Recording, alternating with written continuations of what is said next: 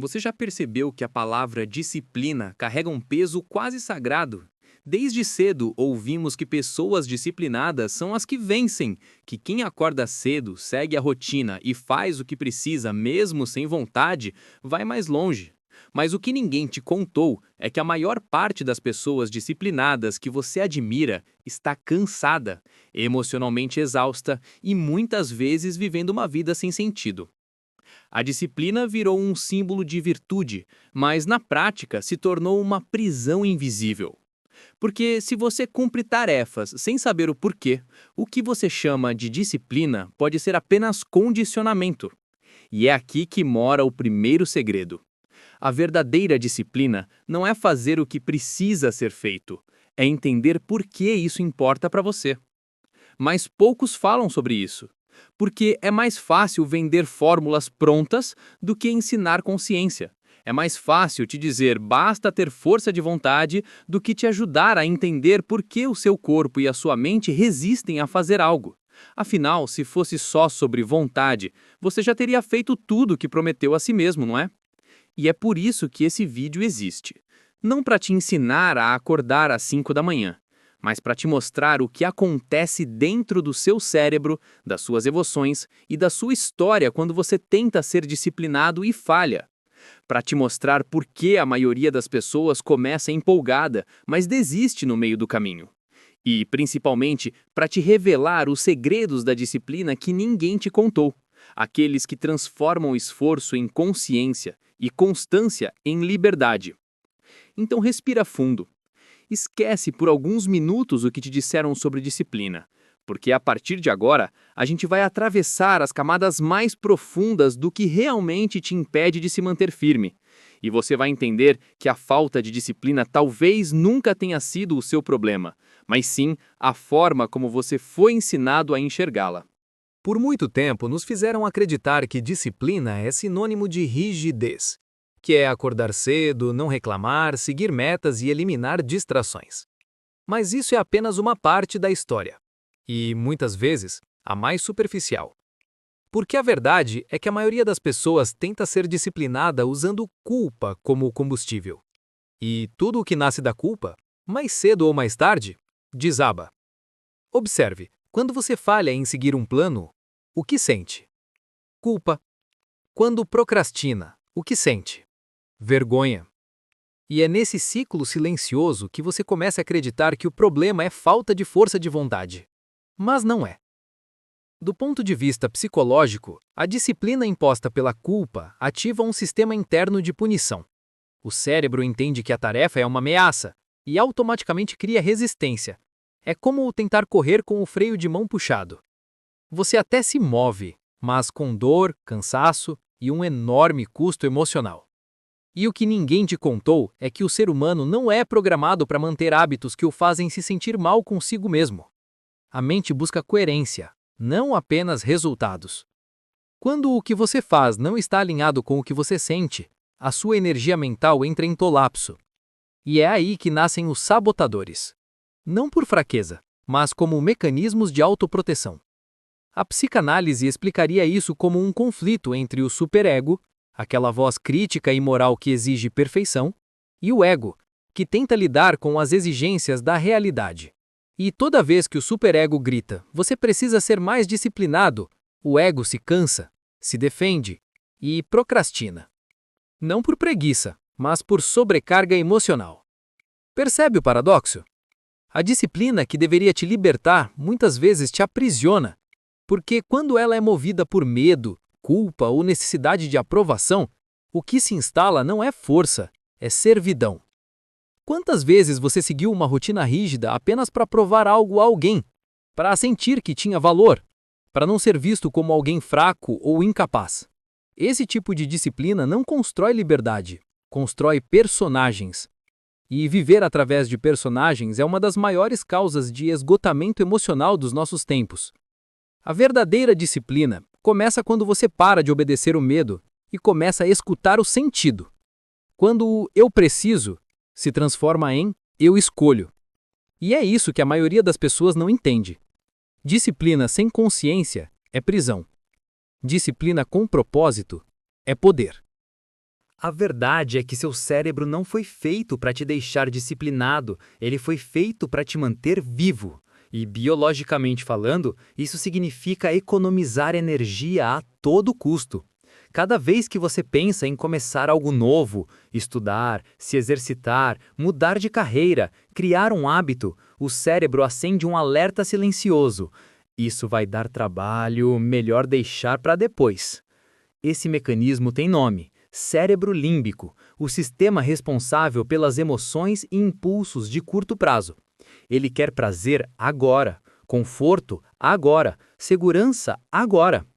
Enquanto isso, o córtex pré-frontal, a parte racional, responsável pelas decisões conscientes e pelo autocontrole, tenta puxar o freio e dizer: calma, isso é importante para o futuro. E é justamente aí que a batalha acontece. De um lado, o prazer imediato, do outro, o propósito. A procrastinação, portanto, não é um defeito de caráter, é uma resposta biológica a algo que o cérebro interpreta como ameaça energética. Ele prefere repetir o que é conhecido, mesmo que seja ruim, do que gastar energia enfrentando o incerto. Mas aqui está o ponto: o cérebro aprende por repetição. Se você o treina todos os dias a escolher o conforto, ele se torna mestre nisso. Mas se você o ensina, com pequenas doses de esforço consciente, a ultrapassar o desconforto, ele reprograma suas conexões. Cada vez que você age, apesar da preguiça, está literalmente redesenhando seu cérebro. E é assim que nasce a verdadeira disciplina, não no impulso, mas na reconfiguração silenciosa da mente. Vivemos em uma era em que o prazer é rápido, acessível e viciante. E, paradoxalmente, quanto mais prazer temos, menos satisfeitos nos tornamos. A dopamina, o neurotransmissor do prazer e da motivação, deveria ser um guia. Mas no mundo atual, ela virou uma prisão invisível. Cada curtida, notificação, série, doce, compra ou pequena recompensa aciona um pico de dopamina, e o cérebro aprende a buscar isso como quem busca oxigênio. O problema é que depois de cada pico, vem um vazio. E para preenchê-lo, o cérebro quer mais. Mais estímulo, mais distração, mais qualquer coisa que o tire do silêncio e da sensação de insuficiência. Esse ciclo é o oposto da disciplina, porque a disciplina não é movida por picos de prazer, e sim por sentido. E o sentido não libera a dopamina, ele libera serotonina, ocitocina e endorfina, neurotransmissores de estabilidade, vínculo e bem-estar duradouro. Mas eles demoram para aparecer. O prazer imediato é rápido e fácil. O propósito profundo exige constância, desconforto e paciência. E é aí que a maioria desiste. Não porque seja fraca, mas porque foi condicionada a confundir estímulo com realização. A dopamina grita, o propósito sussurra. E a disciplina nasce quando você aprende a ouvir o sussurro, mesmo enquanto a gritaria do prazer te chama de volta. No fundo, a diferença entre uma mente indisciplinada e uma mente consciente é essa. Uma busca o alívio, a outra busca o sentido. E quem busca o sentido, inevitavelmente, aprende a suportar o desconforto que vem com o crescimento. Muita gente acha que disciplina é dom. Mas o que a neurociência mostra é que disciplina é, na verdade, um padrão neural treinado. Ninguém nasce disciplinado. A gente se torna. O cérebro humano é moldável, plástico. E esse fenômeno, chamado neuroplasticidade, é o que permite aprender, desaprender e reprogramar comportamentos. Mas há uma verdade que poucos dizem. O cérebro não muda com intenção, ele muda com repetição. Toda vez que você repete uma ação, levantar na hora certa, organizar o dia, cumprir o que prometeu, mesmo que seja algo simples, neurônios específicos se conectam. E quanto mais essa repetição acontece, mais forte essa rede se torna. É como abrir um caminho no mato. No início, você precisa forçar passagem, tirar os galhos e empurrar o corpo. Mas depois de alguns dias passando pelo mesmo lugar, o caminho se forma sozinho. A disciplina funciona do mesmo jeito. No começo, dói. Parece forçado, mecânico, cansativo, mas com o tempo, o cérebro entende que aquilo é seguro, previsível, e começa a economizar energia fazendo aquilo automaticamente. É nesse momento que o que antes era esforço vira hábito. E o mais interessante é que esse processo ativa o córtex pré-frontal, a região ligada à tomada de decisão e ao controle emocional. Ou seja, ao treinar sua disciplina, você não está apenas mudando sua rotina, está fortalecendo sua capacidade de escolher conscientemente. É por isso que pessoas disciplinadas parecem mais calmas, seguras e centradas. Não é mágica, é biologia. Elas não sentem menos preguiça nem têm menos medo. A diferença é que o cérebro delas aprendeu a agir mesmo com preguiça e medo. No fundo, o cérebro não se importa com o que você promete. Ele só acredita no que você faz. E é por isso que o primeiro passo da disciplina nunca é mental, é comportamental. Você age primeiro, e o cérebro aprende depois. A maioria das pessoas não desiste porque é fraca. Desiste porque está emocionalmente cansada de não ver retorno. E esse cansaço não é racional. Ele nasce de um ponto mais profundo, do inconsciente, onde mora o medo da rejeição, o medo do fracasso e o medo de reviver as mesmas dores que um dia já feriram a alma. Toda vez que você tenta construir algo novo, você também ativa antigas memórias emocionais. Seu cérebro não sabe diferenciar o novo desafio de um antigo trauma. Ele apenas reconhece a sensação de desconforto e tenta te proteger. Por isso, muitos confundem proteção emocional com falta de disciplina. Mas, na verdade, é o seu sistema nervoso tentando impedir que você sinta de novo aquilo que um dia te feriu. Quando a mente percebe que o esforço não gera resultado imediato, ela ativa um mecanismo antigo. Se não está funcionando, é melhor parar. Mas, na verdade, o que ela quer dizer é: eu tenho medo de sentir de novo a dor do fracasso. E assim, você volta para o ciclo de sempre. Começa animado, desanima, se culpa e recomeça de novo. Mas esse ciclo não é preguiça, é autodefesa inconsciente. A disciplina, neste ponto, não é mais sobre força de vontade, é sobre ressignificar o medo. É olhar para dentro e perceber: eu não estou cansado do processo. Eu estou cansado de tentar me proteger o tempo todo. A verdadeira força não é resistir ao medo. É aceitar que ele está lá e ainda assim seguir. Porque quando você permanece, mesmo sem retorno, o seu cérebro entende que é seguro continuar. E aos poucos, ele para de te sabotar. É assim que nasce a confiança. Não da certeza do resultado, mas da coragem de continuar mesmo sem garantia. Você já percebeu como o cérebro é um ótimo contador de histórias? Principalmente quando o objetivo é te convencer a parar. Ele não diz: estou com medo. Ele diz: não faz sentido continuar agora. Talvez esse não seja o momento certo. Eu preciso me organizar melhor antes de recomeçar.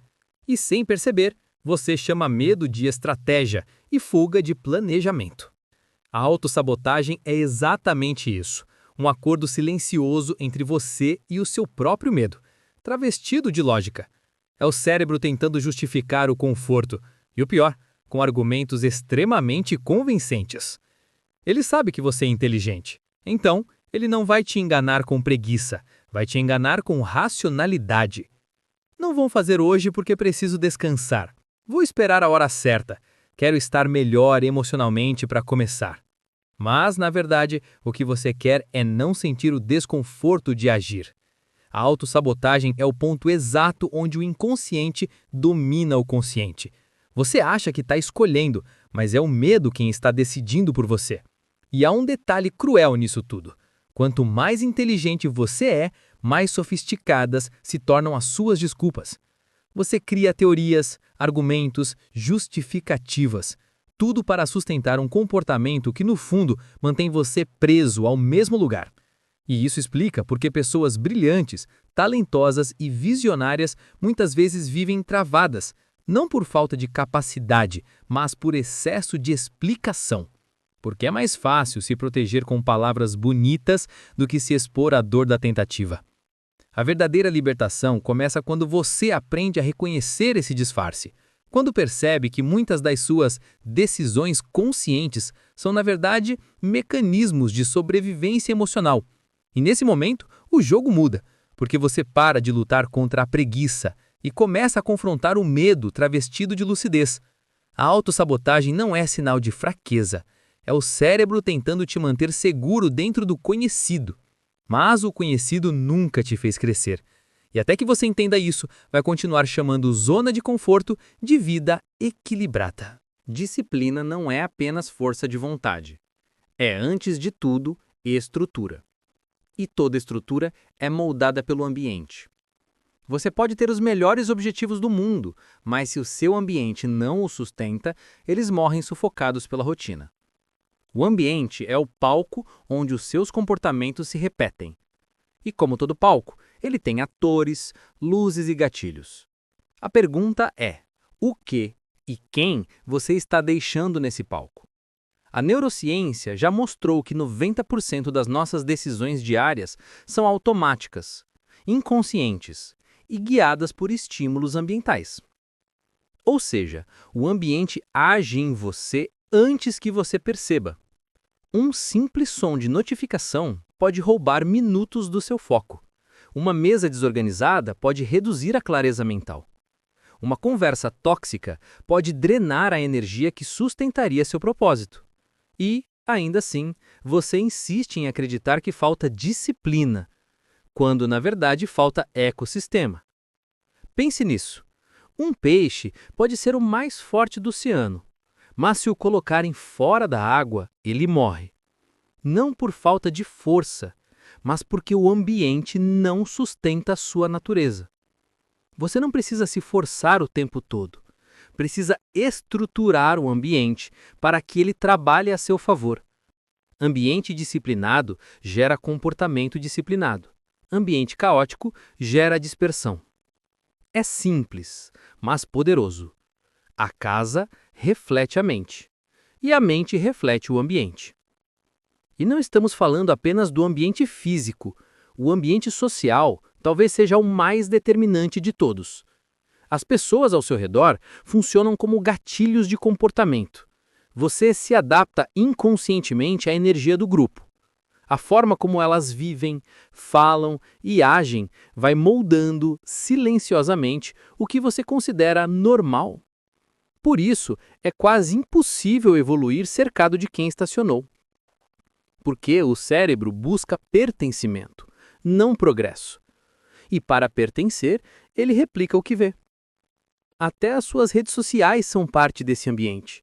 O que você consome, lê e escuta. Tudo isso forma o terreno emocional e mental onde sua disciplina germina. Cada estímulo é um comando invisível. Cada distração é um desvio programado. Você acha que falta foco, mas o que falta é limpeza de gatilhos. A disciplina começa quando você para de lutar contra si mesmo e começa a redesenhar o seu mundo. Remover um gatilho errado pode valer mais do que adicionar 10 hábitos novos.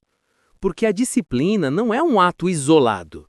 Ela é um reflexo do ambiente que você constrói para sustentar quem quer se tornar. A disciplina não nasce dos grandes feitos. Ela nasce do que você faz quando ninguém está vendo. Nas pequenas escolhas, nos detalhes, nas decisões aparentemente insignificantes do cotidiano. É fácil admirar quem chegou longe. Difícil é sustentar o que leva até lá. E é nesse ponto que mora o segredo. Você não precisa dar saltos gigantes. Precisa dar passos pequenos, mas consistentes. O cérebro humano é movido a recompensas. E toda vez que você cumpre uma microtarefa, ele libera dopamina, o neurotransmissor da motivação. Isso cria um ciclo de prazer, esforço e conquista, que com o tempo forma uma identidade de constância. Mas aqui vai a diferença. A maioria das pessoas busca a dopamina da distração, não da construção. Querem o prazer imediato, não o sentido duradouro. Enquanto isso, os disciplinados treinam o cérebro para encontrar prazer no progresso, não na fuga. Essa é a diferença entre quem começa e quem continua. Você quer transformar sua vida? Então, comece pelas microvitórias. arrumar a cama ao acordar, beber água antes do café, meditar por 5 minutos, organizar o ambiente de trabalho, cumprir uma tarefa sem olhar o celular. Essas pequenas vitórias diárias são simbólicas, mas poderosas. Elas comunicam ao cérebro: eu cumpro o que digo. E essa é a verdadeira essência da disciplina. Manter a palavra consigo mesmo. Porque cada vez que você promete e não cumpre, seu inconsciente aprende a não confiar em você. E como alguém pode sustentar um sonho se não confia na própria palavra? Os rituais diários reprogramam esse vínculo. Eles são âncoras mentais que lembram o cérebro do que é importante, mesmo quando a emoção tenta sabotar. É por isso que o ritual é mais importante do que a motivação. Motivação é instável, vem e vai. Ritual é estrutura. Fica, mesmo quando você não quer. E quando o ritual é praticado de forma consistente, ele cria micro-vitórias cumulativas. Pequenos avanços que, somados, constroem uma base inabalável. A disciplina não é construída no esforço extremo, mas na repetição simbólica. Não é sobre fazer muito, é sobre fazer o que importa todos os dias. E quanto mais você pratica, mais o cérebro entende que aquele comportamento é parte da sua identidade. Você deixa de tentar ser disciplinado e passa a se ver como uma pessoa disciplinada. E aí, a mágica acontece. O que antes exigia esforço, agora flui com naturalidade. No fundo, a disciplina é um espelho. Ela reflete o tipo de energia que você coloca nas pequenas ações invisíveis. E se você deseja transformar sua vida, não precisa mudar tudo de uma vez. Precisa apenas escolher um ritual. Um símbolo diário que diga: eu continuo.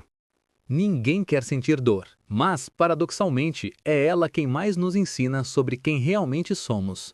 A dor é o espelho mais honesto da alma. Ela revela o que o conforto mascara, mostra onde ainda somos frágeis, onde ainda resistimos ao amadurecimento. Na tentativa de evitar a dor, muitos acabam evitando também o crescimento.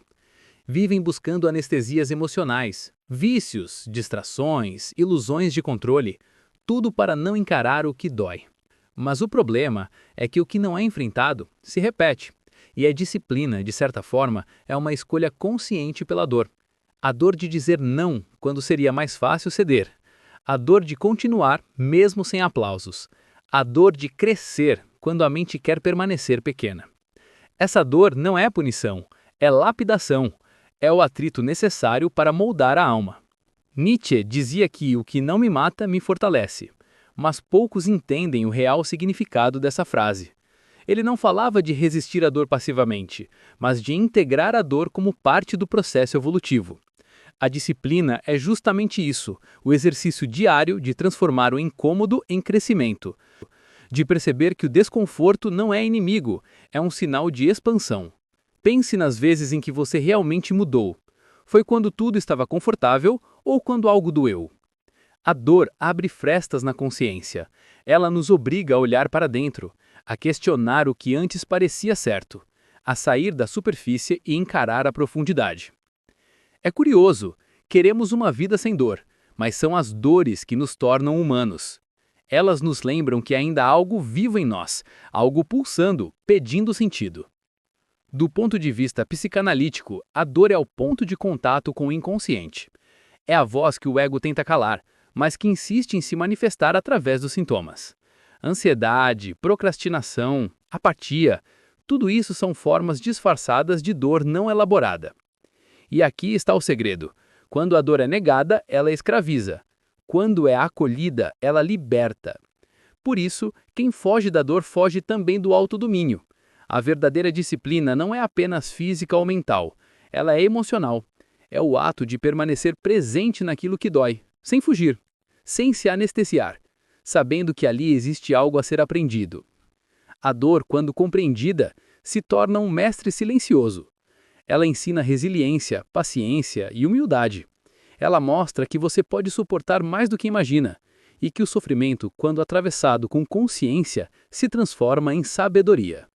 No fundo, o amadurecimento é a arte de fazer as pazes com a dor.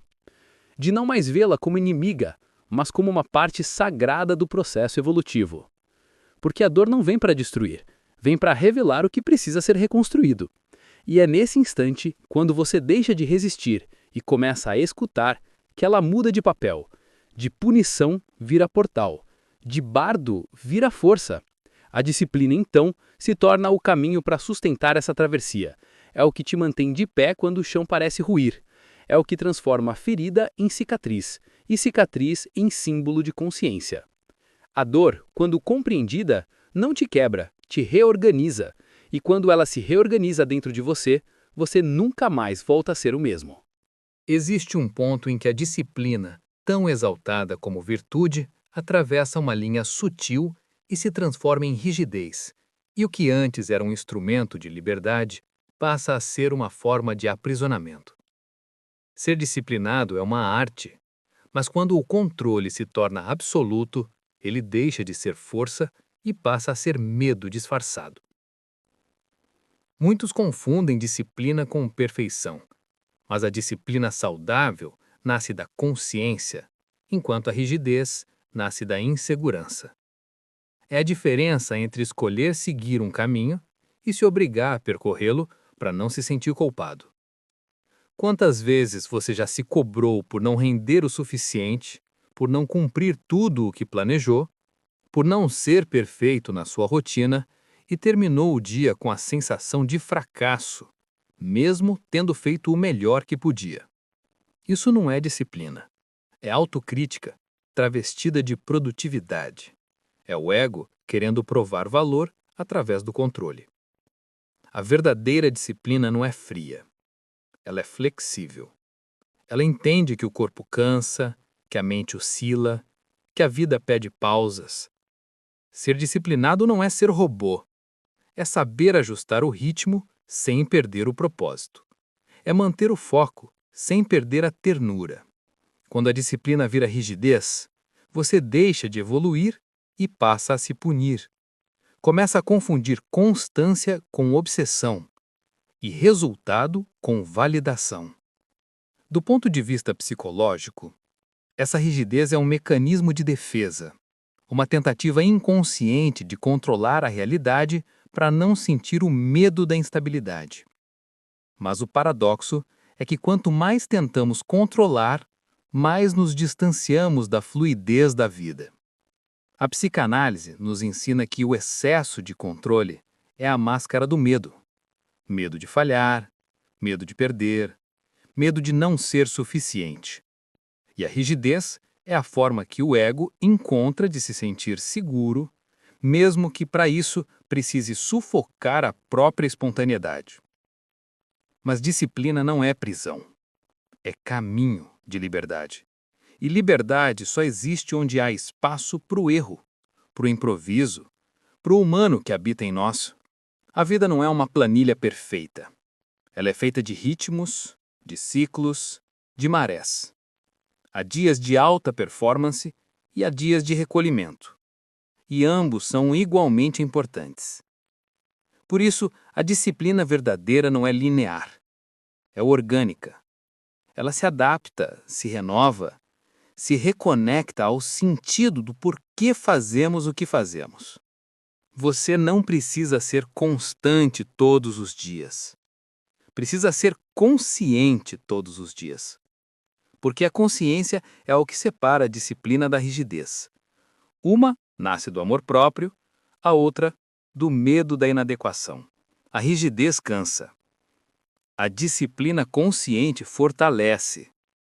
Uma aprisiona o corpo e a mente, a outra expande a alma e o propósito. Quando a disciplina for usada contra você, pare. Respire. Relembre o motivo pelo qual começou. E se o motivo já não fizer mais sentido, tenha coragem de recomeçar por outro. A vida é feita de direção, não de prisão.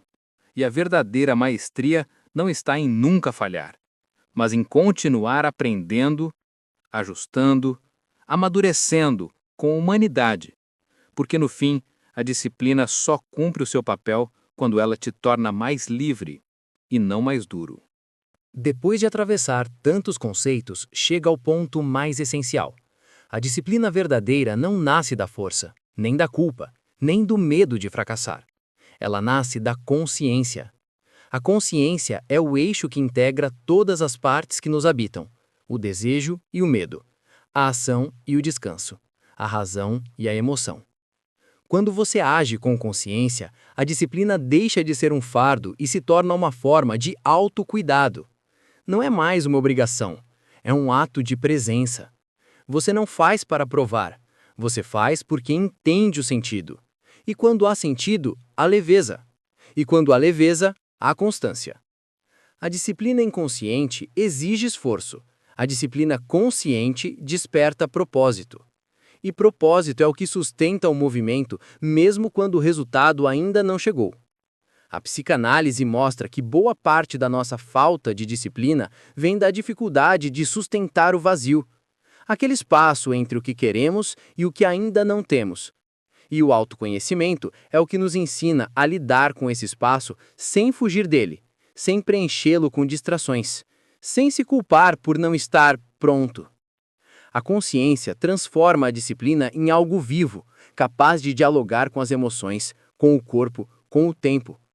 Você passa a perceber quando está forçando, quando está negando uma necessidade, quando está tentando controlar o incontrolável, e, nesse momento, você se torna o próprio observador de si. A disciplina consciente é o ponto onde a vontade se encontra com o sentido. Ela não se apoia em metas externas, mas sim em coerência interna. Porque quando o que você faz está alinhado com quem você é, o esforço se transforma em fluxo. A disciplina, então, deixa de ser uma luta contra o mundo e passa a ser uma dança com a vida. Uma escolha diária de estar presente, de ser responsável, de cultivar o que te fortalece sem perder a ternura, sem perder a humanidade. A verdadeira força não está em nunca parar, mas sim em saber ajustar o passo, em reconhecer o ritmo do próprio caminho sem se comparar com o tempo dos outros. E quando isso acontece, você entende que disciplina não é sobre controle, é sobre liberdade. A liberdade de escolher conscientemente o que constrói o seu futuro, sem ser refém dos impulsos do passado. A liberdade de agir mesmo quando não há motivação, porque há propósito. A liberdade de continuar, não por obrigação, mas por escolha. A disciplina que nasce da consciência é silenciosa, mas transformadora. Ela não precisa ser vista, ela precisa ser vivida.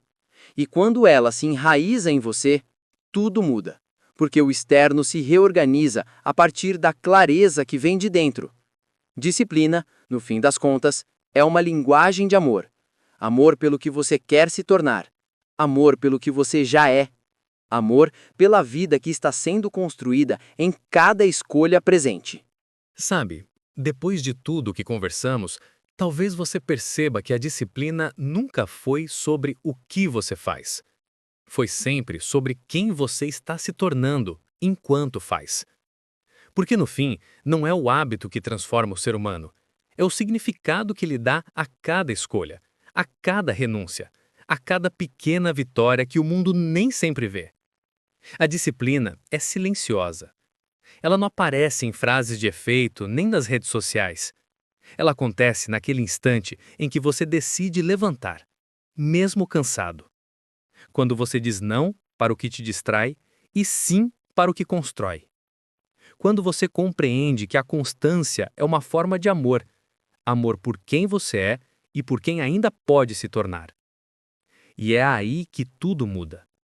Porque a disciplina consciente não nasce da cobrança, mas do respeito. Não nasce da pressa, mas da presença. Não nasce da comparação, mas da verdade. Se você chegou até aqui, talvez sinta que algo dentro de você começou a se mover.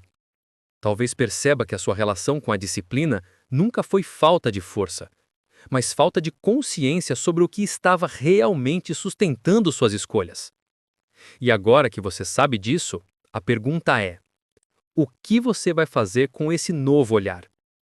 Você pode continuar repetindo os mesmos padrões e chamando isso de destino, ou pode escolher escrever uma nova história, com mais clareza, presença e propósito. Se essa conversa te fez pensar, se despertou algo em você, talvez esse seja o momento de ir mais fundo, de entender o que, dentro de você, ainda te impede de viver com equilíbrio e propósito. Que essa fala fique como um lembrete. A vida não muda quando você força, ela muda quando você desperta.